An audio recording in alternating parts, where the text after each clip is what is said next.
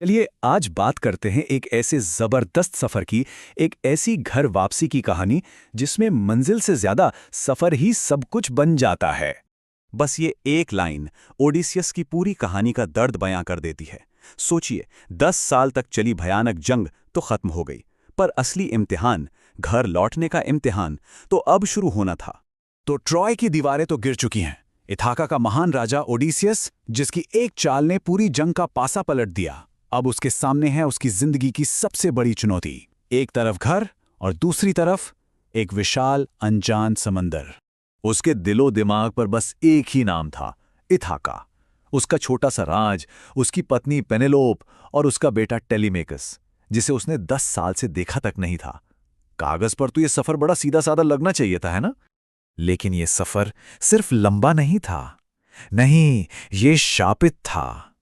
जंग में ओडिसियस की जो चालाकी काम आई थी, उसी ने कुछ देवताओं को बुरी तरह नाराज कर दिया था, और अब वो इसकी कीमत वसूलने पर तुले थे।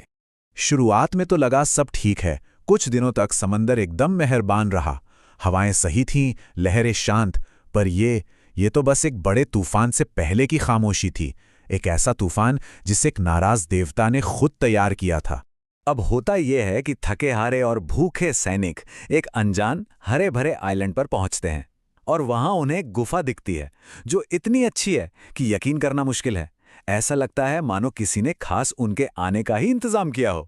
लेकिन फिर उनका मेजबान आता है, और एक पल में ही पनाह की वो उम्मीद खौफ में बदल जाती है। सामने खड़ा था एक आंख वाला दैत्य, पॉलीफीमस। गुफा का मुंह एक बहुत बड़े पत्थर से बंद कर दिया गया। अब वो सब फंस चुके थे, और उनकी आंखों के सामने उस दैत्य ने बिना एक शब्द कहे उनके 2 साथियों को जिंदा निगल लिया।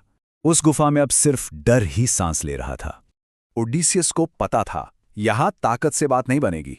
ये लड़ाई थी दिमाग की, जबरदस्त ताकत के खिलाफ। तो उसने क्या किया? विशाल दैत्य के लिए उसने इस्तेमाल की तेज शराब, गुफा के बंद रास्ते के लिए एक चालाकी भरा झूठा नाम, और उस दैत्य की बेहिसाब ताकत को हराने के लिए एक तेज धार वाला जलता हुआ भाला। तो जब ओडिसियस ने दैत्य को अंधा कर दिया तो वो मदद के लिए जोर जोर से चिल्लाया। पर वो क्या चिल्ला रहा था? नोबॉडी ने मुझे मारा। और ओडिसियस की इसी चालाकी की वजह से बाकी साइक्लोप्स को लगा कि वो कह रहा है मुझे किसी ने नहीं मारा। उन्होंने उसकी चीखों को मजाक समझकर नजरअंदाज कर दिया। और बस ओडिसियस का कमाल का प्लान काम कर गया। बाकी साइक्लोप्स हंसे और वापस चले गए, और इसी मौके का फायदा उठाकर ओडिसियस और उसके बचे हुए साथी दैत्य की भेड़ों के नीचे छिपकर उस गुफा से बच निकले। लेकिन ठीक जब वो बचकर निकल रहे थे, ओडिसियस से एक बहुत बड़ी गलती हो गई। इसे ग्रीक कहानियों में ह्यूब्रिस कहते हैं, यानी वो घमंड जो एक हीरो को ले डूबता है।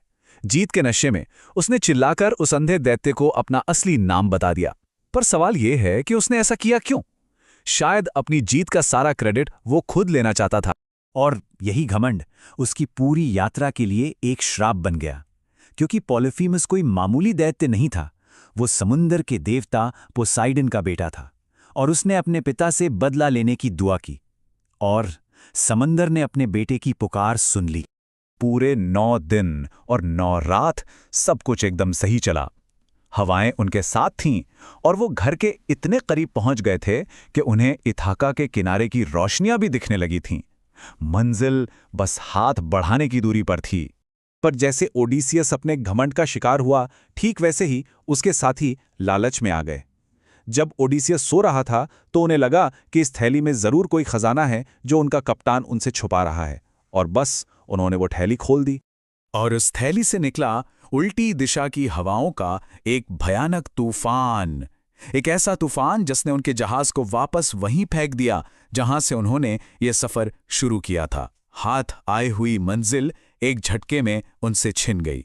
रास्ता भटके हुए और पूरी तरह से निराश, अब वो पहुंचते हैं सर्सी के आइलैंड पर, जो एक बेहद खूबसूरत पर उतनी ही खतरनाक जादूगरनी थी। यहां पे खतरा किसी दैत्य के रूप में नहीं था, बल्कि लालच के रूप में था। पहले तो सिरसी ने अपनी दावत से सैनिकों को सुअर बना दिया। फिर जब ओडिशियस ने उसे अपनी चतुराई से हरा दिया तो उसने एक दूसरा जाल फेंका, ऐशो आराम का। उसने ओडिशियस और उसके साथियों को पूरे 1 साल तक अपने द्वीप पर ऐसी शानदार जिंदगी दी कि वो अपना घर, अपनी मंजिल, सब कुछ लगभग भूल ही गए। लेकिन 1 साल बाद ओडिसियस के अंदर घर लौटने की आग फिर से जल उठती है। उसकी जिद के आगे सर्सी को झुकना पड़ता है और वो आखिरकार उन्हें जाने देती है, पर एक बहुत ही डरावनी चेतावनी के साथ। आगे का रास्ता आसान तो बिल्कुल नहीं था, बल्कि वो और भी ज्यादा मुश्किल होने वाला था। उन्हें गुजरना था मुर्दों की दुनिया से, सामना करना था सायरन के जानलेवा संगीत का, और आखिर में इंतजार करना था देवताओं के आखिरी फैसले का। और यहीं पर हम इस महागाथा के पहले हिस्से को रोकते हैं, पर एक सवाल के साथ कि इतने राक्षसों, देवताओं और तरह तरह के लालच से बचने के बाद क्या इंसान की सबसे बड़ी रुकावट आखिर में वो खुद ही नहीं होता? ओडिसी की कहानी के दूसरे भाग में सर्सी के द्वीप से निकलने के बाद ओडिसियस और उसके साथियों को लगा होगा कि चलो, सबसे बुरा वक्त तो गुजर गया। लेकिन उन्हें क्या पता था कि समुद्र की असली परीक्षा तो अब शुरू होने वाली थी।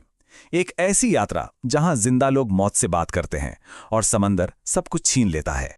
और यात्रा शुरू होते ही कानों में गूंज रही थी सर्सी की वो डरावनी चेतावनी। घर का रास्ता जानने के लिए उन्हें वहां जाना था जहां कोई जिंदा इंसान नहीं जाता।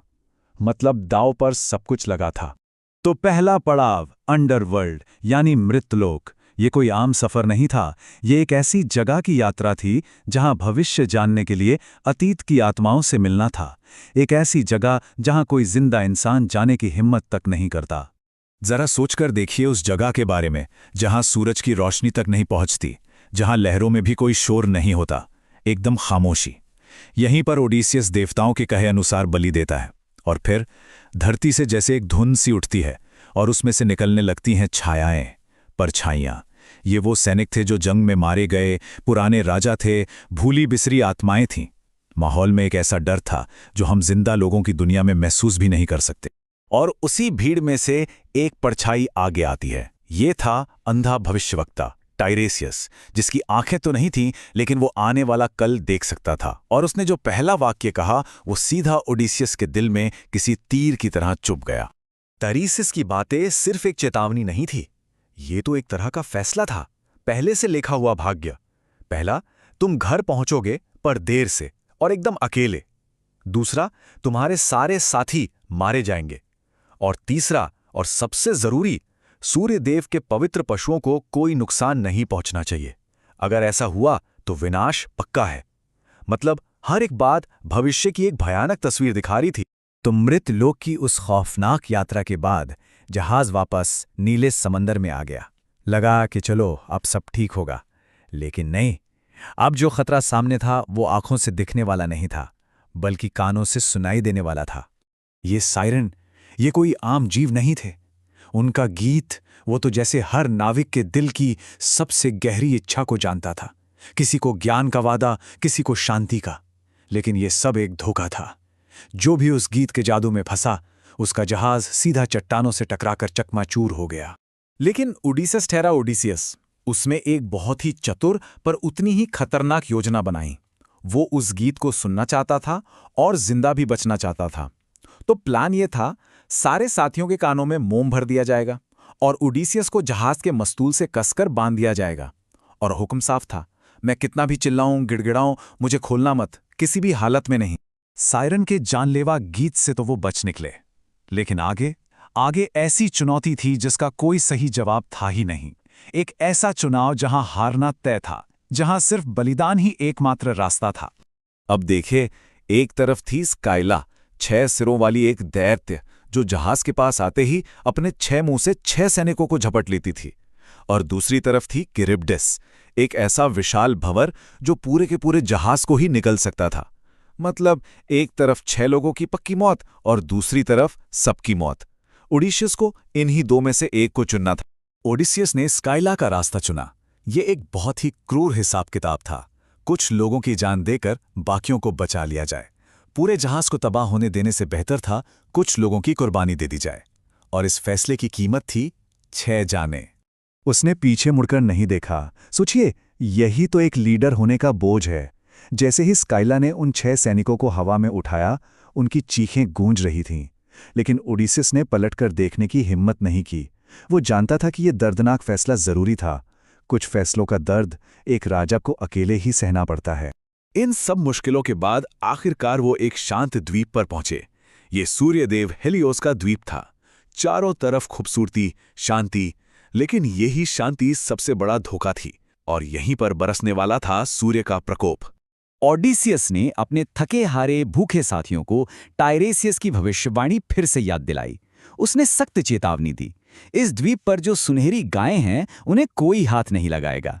ये पवित्र हैं और देवताओं का कहर समंदर के किसी भी तूफान से ज्यादा खतरनाक होता है। लेकिन किस्मत को शायद कुछ और ही मंजूर था। पहले तो चेतावनी दी गई, फिर अचानक हवाएं बिल्कुल थम गईं। जहाज उसी द्वीप पर फंस गया। दिन हफ्तों में बदलने लगे और भूख अब बर्दाश्त से बाहर हो रही थी। और फिर एक दिन जब ओडिशियस सो रहा था, उसके साथियों ने वो गलती कर दी। उन्होंने भूख के आगे हार मान ली और उन पवित्र गायों को मार डाला। और इसका नतीजा बहुत भयानक था। सूर्यदेव ने ज़्यूस से न्याय की गुहार लगाई और ज़्यूस ने आसमान को चीर देने वाला तूफान भेज दिया। जहाज के टुकड़े टुकड़े हो गए। एक एक करके ओडिशियस के सभी साथी उन्हीं लहरों में समा गए जिनसे वो इतनी दूर तक लड़ते आए थे। भविष्यवाणी सच हो गई थी। तूफान के बाद सिर्फ खामोशी थी, दूर दूर तक फैला समंदर और अकेलापन।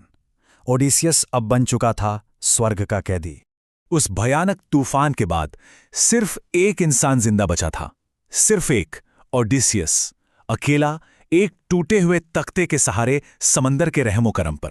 उसके सारे साथी, उसकी पूरी सेना, वो सब जो ट्रॉय से उसके साथ निकले थे, सब खत्म हो चुके थे।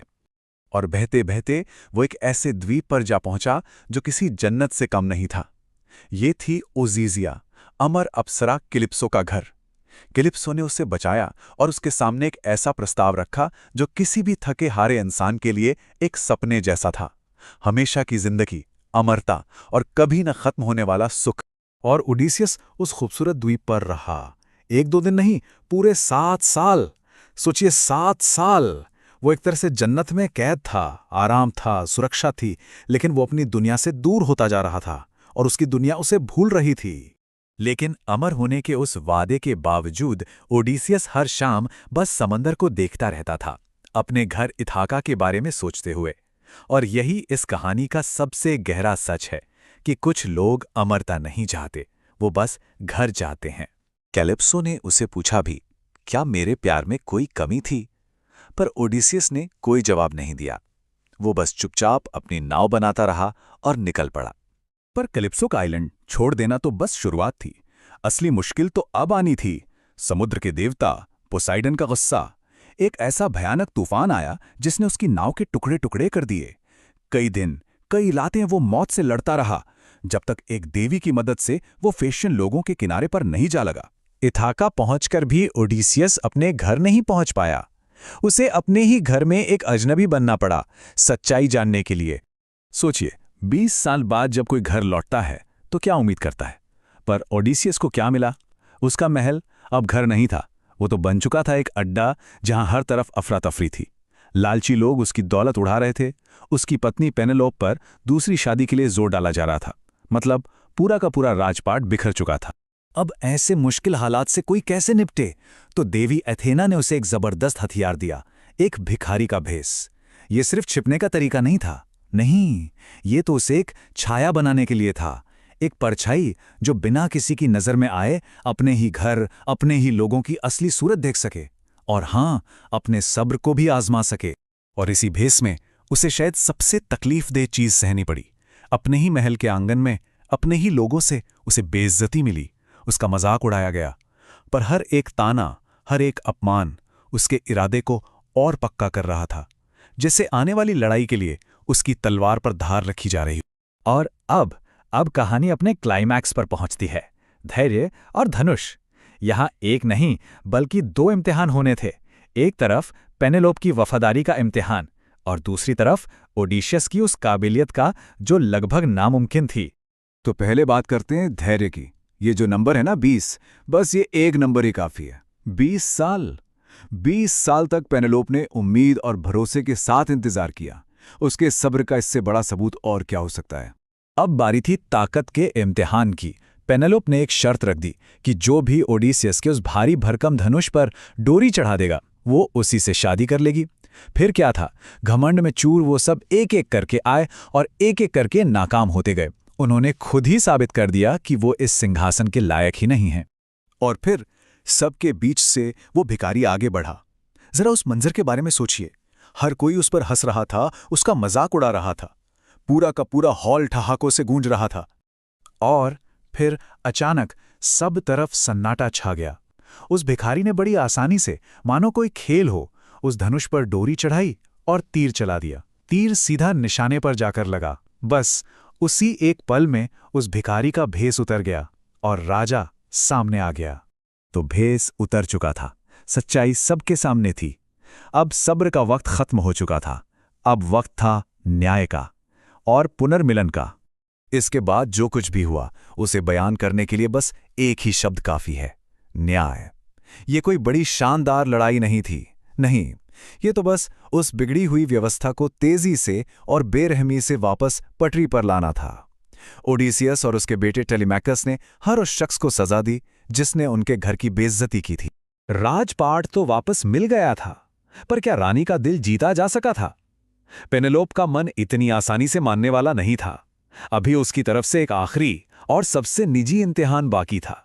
पेनेलोप ने एक ऐसा सवाल पूछा जिसका जवाब दुनिया में सिर्फ असली ओडिसियस ही दे सकता था। सवाल था उनके बिस्तर के बारे में, एक ऐसा राज जो सिर्फ उन दोनों के बीच था। वो बिस्तर एक जिंदा पेड़ के तने से बना था और उसे अपनी जगह से हिलाया नहीं जा सकता था। जैसे ही ओडिसियस ने ये राज खोला, 20 साल का इंतजार खत्म हुआ और वो दोनों फिर एक हुए। तो आखिर में ये पूरी कहानी, ये लंबी यात्रा, ये सारा संघर्ष हमें घर के बारे में सिखाता क्या है? इसका मतलब क्या निकला?